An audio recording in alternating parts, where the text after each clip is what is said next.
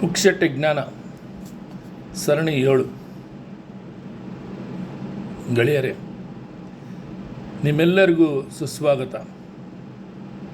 ಕನ್ನಡವೇ ಸತ್ಯ, ಕನ್ನಡವೇ ನಿತ್ಯ. ಅಡುಗೆ ಮನೆ ಸಾಸಿವೆ ಜೀರಿಗೆಯಿಂದ ಹಿಡಿದು ಆಕಾಶದಲ್ಲಿ ಹಾರಾಡುವ ವಿಮಾನಯಾನದವರೆಗೆ ಇವತ್ತು ಎಲ್ಲವೂ ದುಬಾರಿಯಾಗಿದೆ. ಕಾರಣ ಮಧ್ಯಪ್ರಾಚ್ಯದ ಯುದ್ಧ. ಒಬ್ಬ ತಿಕ್ಕಲು ರಾಷ್ಟ್ರ ಅಧ್ಯಕ್ಷನ ಹುಚ್ಚುತನದಿಂದ ಆಗಿರುವಂತಹ ದುರಂತ ಇದು. ಎಲ್ಲರಿಗೂ ಸುತ್ತಿಬಿಟ್ಟಿದೆ ಈ ಯುದ್ಧದ ದುಬಾರಿತನ. ಬೆಂಗಳೂರಿನಂತಹ ನಗರಗಳ ಸ್ಥಿತಿಯಂತೂ ಹೇಳುತ್ತಿರೋದು. ಹೆಚ್ಚಿನ ಅಂಶ ಹೋಟೆಲುಗಳ ಮೇಲೆ ಅವಲಂಬಿತವಾಗಿರುವಂತಹ ಜನಸಂಖ್ಯೆ ಇವತ್ತು ಪರದಾಡುವಂತಿದೆ. ಹೋಟೆಲ್ನವರಂತೂ ಏನು ಮಾಡಲಿಕ್ಕೆ ಸಾಧ್ಯ? ಹಳೆಯ ಪದ್ಧತಿಗಳನ್ನು ಮತ್ತೆ ಅಡುಗೆ ಮಾಡಲು ಪ್ರಾರಂಭ ಮಾಡಿಕೊಂಡಿದ್ದಾರೆ. ಇನ್ನು ಕೆಲವು ಹೋಟೆಲುಗಳಲ್ಲಿ ತಿಂಡಿಗಳನ್ನೇ ಕಡಿಮೆ ಮಾಡಿಬಿಟ್ಟಿದ್ದಾರೆ. ಈ ಎಲ್ಲ ಬದಲಾವಣೆಗಳು ಬಂದಿದ್ದು ಸುಡುಗಾಡು ಈ ಯುದ್ಧದಿಂದ. ಆದರೆ ಜೀವನ ಚಕ್ರ ನಡಿಬೇಕಲ್ಲ ಸ್ವಾಮಿ. ಜೀವನ ಚಕ್ರ ಉರುಳಬೇಕು. ಇಲ್ಲಿ ಇದ್ದು ಈಸಿ ಜಯಿಸಬೇಕು ಅಲ್ಲವೇ? ಪ್ರತಿನಿತ್ಯ ಪ್ರತಿಯೊಬ್ಬರು ಈ ಜೀವನದ ಚಾಲೆಂಜಸ್ಗಳನ್ನು ಫೇಸ್ ಮಾಡಲೇಬೇಕು.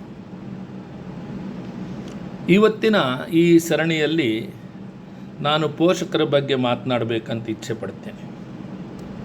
SSLC PUC ಫಲಿತಾಂಶಗಳು ಇನ್ನೇನು ಬರುತ್ತವೆ. SSLC ಆದಮೇಲೆ ಯಾವ ಕಾಲೇಜು, ಯಾವ ಕೋರ್ಸು, PUC ಆದಮೇಲೆ ಇಂಜಿನಿಯರಿಂಗು ಅಥವಾ ಬೇರೆ ಯಾವುದರ ಪ್ರೊಫೆಷ್ನಲ್ ಕೋರ್ಸು ಅಂತ ಹೇಳಿ ತಂದೆ ತಾಯಿಗಳ ಮನದ ದುಗುಡವನ್ನು ಅರ್ಥ ಮಾಡಿಕೊಳ್ಳುತ್ತಿದ್ದೇನೆ. ಎರಡು SSLC ಹಾಗೂ PUC ಮುಖ್ಯ ಘಟಕಗಳೇ. PUC ಆದ ಮೇಲೆ ಜೀವನದ ದಿಕ್ಕನ್ನೇ ನಿರ್ಧರಿಸುವ ವಿದ್ಯಾಭ್ಯಾಸದ ಹಾದಿಯನ್ನು ಹುಡುಕಿಕೊಳ್ಳಬೇಕು. ನನ್ನ ಹೆಮ್ಮೆಯ ಪೋಷಕರೇ, ಯಾವುದೇ ನಿರ್ಧಾರ ತೆಗೆದುಕೊಂಡರೂ ಒಮ್ಮೆ ನಿಮ್ಮ ಮಗುಗೂ ಕೇಳಿ ಅವನ ಇಚ್ಛೆ ಏನು ಅಲ್ವಾ? ಏಕೆಂದರೆ ಈಗಿನ ಈ ಸ್ಥಿತಿಯಲ್ಲಿ ನಾವೆಲ್ಲ ಒಂದು ರೀತಿಯ ಚಕ್ರವ್ಯೂಹದಲ್ಲಿ ಸಿಕ್ಕಾಕೊಂಡ್ಬಿಟ್ಟಿದ್ದೀವಿ. ಆ ಹಳೆ ಹಾಡು ನೆನಪು ಬರ್ತಾ ಇದೆ ನನಗೆ. ಚಕ್ರವ್ಯೂಹ, ಇದು ಚಕ್ರವ್ಯೂಹ, ಹಣದ ಮೋಹ, ಅಧಿಕಾರದ ದಾಹ. ಯಾವ ಕಡೆ ಹೋಗೋಣ? ಯಾವುದನ್ನು ಆಯ್ಕೆ ಮಾಡೋಣ? ಯಾವುದು ಸುಲಭವಾಗಿ ಸಿಗ್ತಾ ಇದೆ ಅಲ್ವೇ?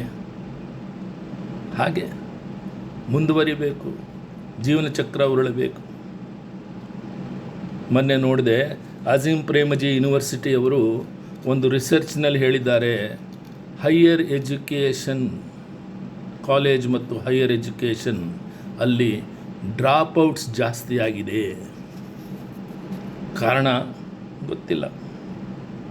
ದಿನ ಬೆಳಗಾದರೆ AI ಅಂತ ಕೇಳ್ತೀವಿ. ದೊಡ್ಡ ದೊಡ್ಡ ಕಂಪನಿಗಳು ತಮ್ಮ ಸಿಬ್ಬಂದಿಗಳನ್ನು ಕೆಲಸದಿಂದ ತೆಗೆದುಹಾಕ್ತಾ ಇದ್ದಾರೆ. ಪ್ರತಿನಿತ್ಯ ರಿಲೀವಿಂಗ್ ಆರ್ಡರ್ ಅವರ ಕೈಗೆ ಕೊಡ್ತಾ ಇದ್ದಾರೆ. ಬಹಳ ಚಿಂತಾಜನಕ ಸ್ಥಿತಿ ಇದೆ. ಆದರೆ ರಿಲ್ಯಾಕ್ಸ್, ಸಮಾಧಾನ, ಎಲ್ಲವುದೂ ಸರಿ ಹೋಗುತ್ತೆ.